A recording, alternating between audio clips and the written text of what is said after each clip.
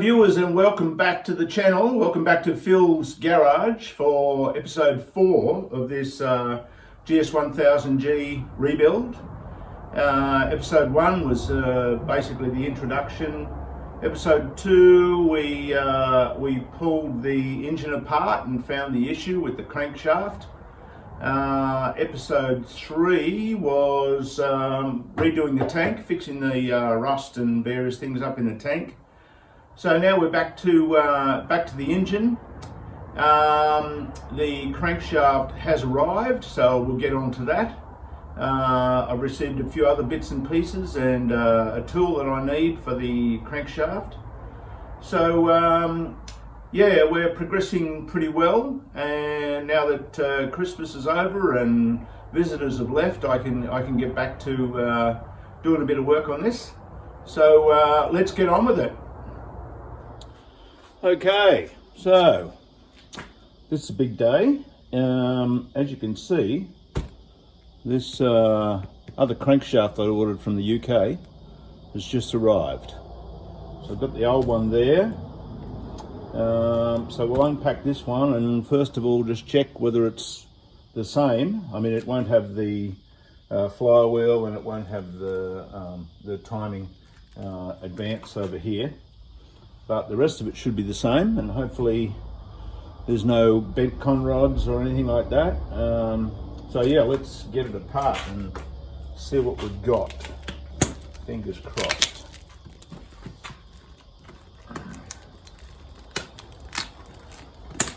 I'm still amazed at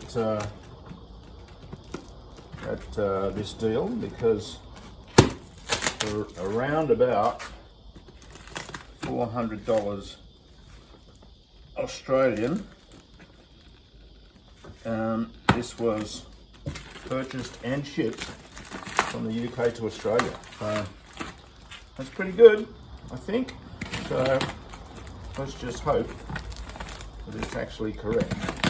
Supposedly a 1982 crankshaft out of a GS1000G. So looks reasonably well wrapped, which is good, because the con rods are obviously connected to this. They're part of the whole package, and yeah, they sort of poke out a bit, especially when you've got, you know, two going this way and two going the other way. Just try and cut this open. Okay.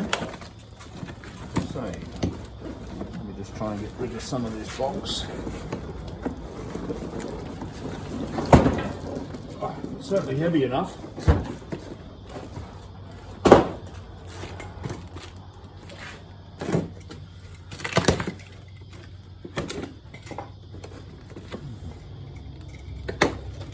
Okay, a big reveal. Okay, so far it's looking okay.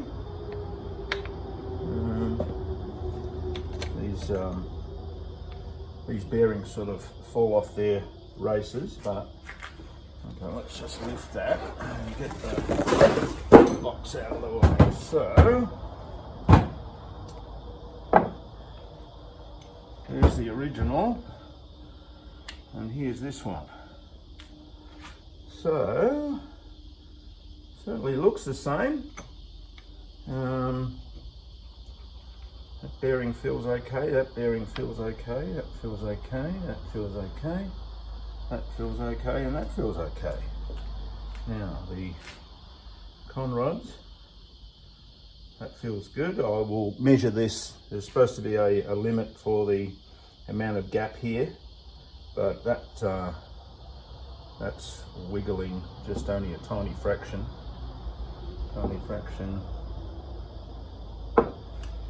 So at this stage, that looks correct.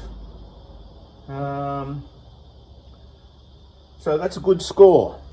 Obviously I will lift it into the crankcase a bit later and just check that it sits in there nicely. It's got to sit on those dowels in the bottom. Well, it's actually the top of the crankshaft. And then, oh yes, it's even got that little pin there. There's this bearing on the end, this seal on the end. I've actually got new ones of those coming. There's another seal in here. I'm actually waiting for a tool to get this flywheel off. So there's a tool that screws onto there. It's 35mm thread, and then another left-hand sort of bolt that screws onto that and then pops this off so that it can then go onto this one. But that looks good, I think. That gear that drives the clutch looks the same. The little cog that drives the timing chain looks good. So, yeah, great success. Okay, so this crankshaft I've just dropped into the top half of the crankcase just to see that it all fits. Just a bit of a job lining up all those pins, but that's sitting in there nice and spinning nicely. I mean, you can hear the conrods bumping around. The other thing I did is I measured the side clearance on all of the bottom end of the conrods, and they're all well within spec. So yeah, I guess you might say, well, you can just start slapping it back together. Couple of reasons why I can't. I'm waiting for a bunch of seals and gaskets and things from Suzuki. And also I want to respray the crankcase. So this engine had the bottom half painted black, and I want to redo that and just respray it. So while I'm waiting for the seals and things to arrive, I'll paint clean and paint all the bits of the crankcase. And once we have the seals, we can start at least putting the bottom end back together, and then I can put it on an engine stand, and we can fiddle around with the top end, the barrels and heads and stuff like that. So yeah, all good so far. Right, so I've been cleaning up the bottom half of the crankcase and side covers and things. There's a couple of things I need to fix. First off is this screw hole here, which holds on the cover for the timing. So that's sort of cracked half off. And also in the stator cover here, you can see there's a bit of a split down the bottom, which might be sealed up, but who knows. So I'm going to use this epoxy putty. I've used this before. It sets really hard, and you can drill and tap it and whatever. So I think what I plan to do is put one of these M5 screws in here as far as it'll go, maybe with some Teflon tape over it, and then put a bit of this stuff over the top, which would then allow it to unscrew once it's set, and then just finish it off here, and that should hopefully fix that thread there. Anyway, let's try that. Okay, so I've been cleaning and degreasing and sandblasting and scrubbing various bits and pieces, so I'm ready to paint these bits. I use this case paint. I've used that before, and I find that the results are really good. As long as the temperature's right, it needs to be nice and warm. And it gives that nice sort of satin finish that you expect from the factory. So let's go ahead and spray these bits. So here's the bits that I painted yesterday. As you can see, you get a nice satin finish with that case paint. Looks pretty good, I think. Certainly a lot better than they were before. I I've actually got a pair of Suzuki emblems for the side of the motor, both sides, that I had left over from my 750 project, so that will work well. There's a bit of a graunch in that little side cover, but anyway, that looks much better than it was. I still need to tap out the sump plug on this, as I said in a previous video, that was slightly stripped, so I've got an M16 sump plug to replace the M14. I'm just waiting on a M16 tap that one of my mates has got, so once that's done I can tap that. So yeah, it's looking nice. I think the motor should come up nice. Right, so that thread repair with that epoxy seems to have worked pretty well. That screw's holding in there quite nicely, so I might have to trim a little bit of this when I put the timing plate on, but I think it'll clear, so yeah, that's good. And here's that little repair I did on the stator cover that had a little dented crack in it. Still a little bit rough, but it's down the bottom, and once you paint it, nobody's ever going to see it, but at least that'll seal it up. So yeah, happy with that. Right, so I needed something big enough to put bits of the crankcase in to clean them. So I went and bought this little doggy pool, because any of the old plastic containers that I had were too small. So we just sort of put a bit of fuel in there and slosh it around to get the first part of the grease and stuff off before we degrease it, and then wax and grease remover, and then paint it eventually. So yeah, that's a good idea, I think. Right, well, I've finished cleaning and painting the bottom half of the crankcase. While I was cleaning it, I noticed that there were a couple of cracks in these two holes here that mounts onto the frame, and that's one of the holes that joins the two halves together. So I got a local guy to TIG weld those up for me, because I thought, well, they might be okay, but if they're not, that means the engine has to come out again, so I figure I might as well do them now. So yes, and now onto the top half of the crankcase, cleaning and tidying up and painting. So yesterday I painted the bottom half of the crankcase, and now I'm just about ready to start masking up to do the top half of the crankcase.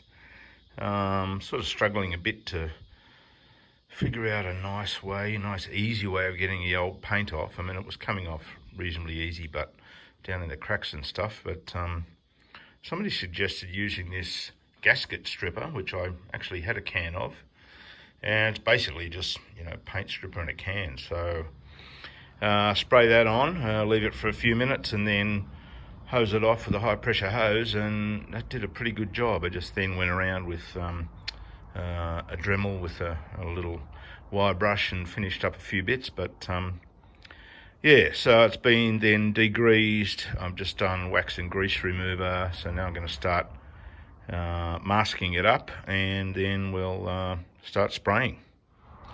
Okay, fair bit of masking up on the top half, but I think we're ready to whack a few coats on. Okay, painted with that black case paint, 2 mist coats and 1 heavy coat. So I think I've got everything. So we'll leave that dry for a while, probably overnight, and then take off the masking.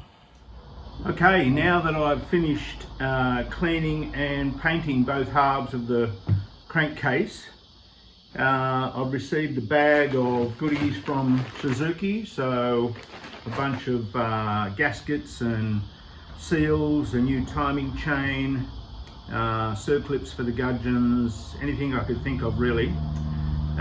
So theoretically we can start putting this back together.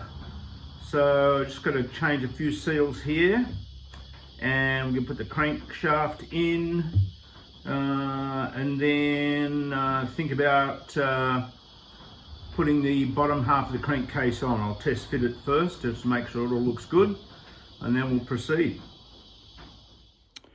Right, now one of the things that I have received is this tool here, which is the flywheel puller.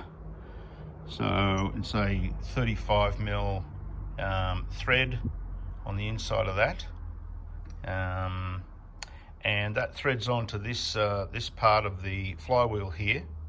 So you undo the bolt holding it in position and undo that and wind it out a little bit. Then this winds on, and then this bolt here screws down, pushes on that, and just pops the flywheel off. Anyway, that's the theory. So let's have a go at that and see if we can get it off. Right, well, as you can see, I've got the shifter on the flats of the tool, and then I've got my little impact driver here, which may or may not do it, so we'll see if this will pop it off.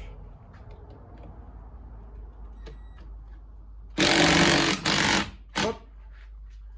Okay, so let me undo that now.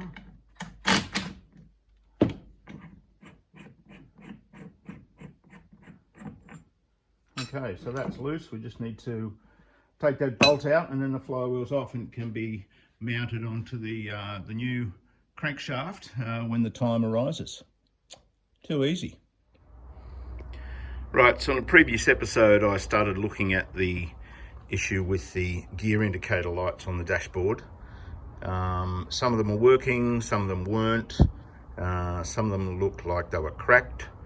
And we discovered that some of them were original Suzuki bulbs, and others were ones that somebody had replaced with ones that weren't quite the right size, which caused this cracking in the display panel.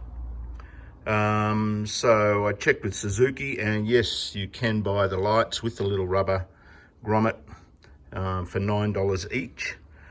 But since I already had the grommets, I bought these ones on eBay from China, and that was 5 bulbs for about $5, so about $1 each, maybe a little bit over $1 each. So basically we just put the lights in through these rubber grommets, bend the leads over, trim them off, and then plug them into this panel here.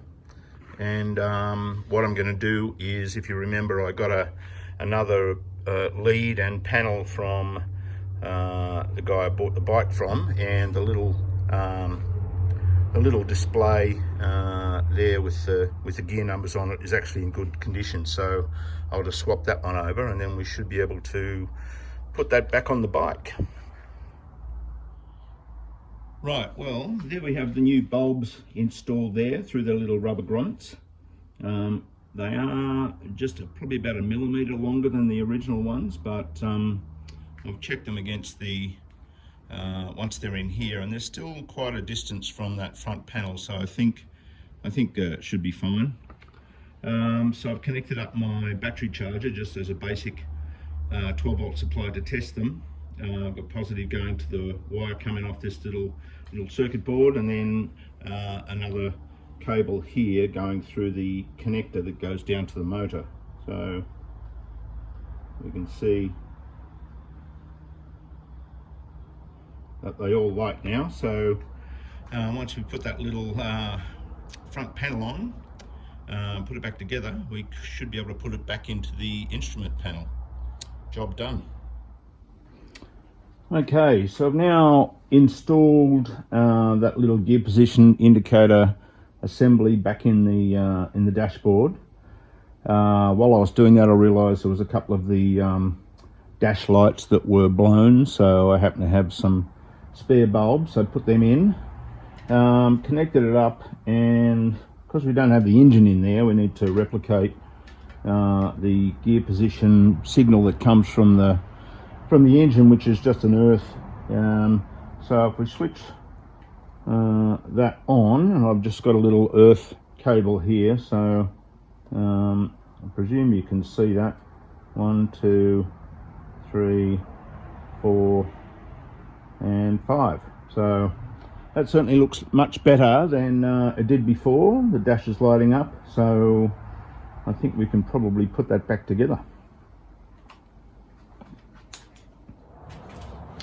Okay viewers, so that seems as good a time as any to stop this video. We're at about 20 minutes or something.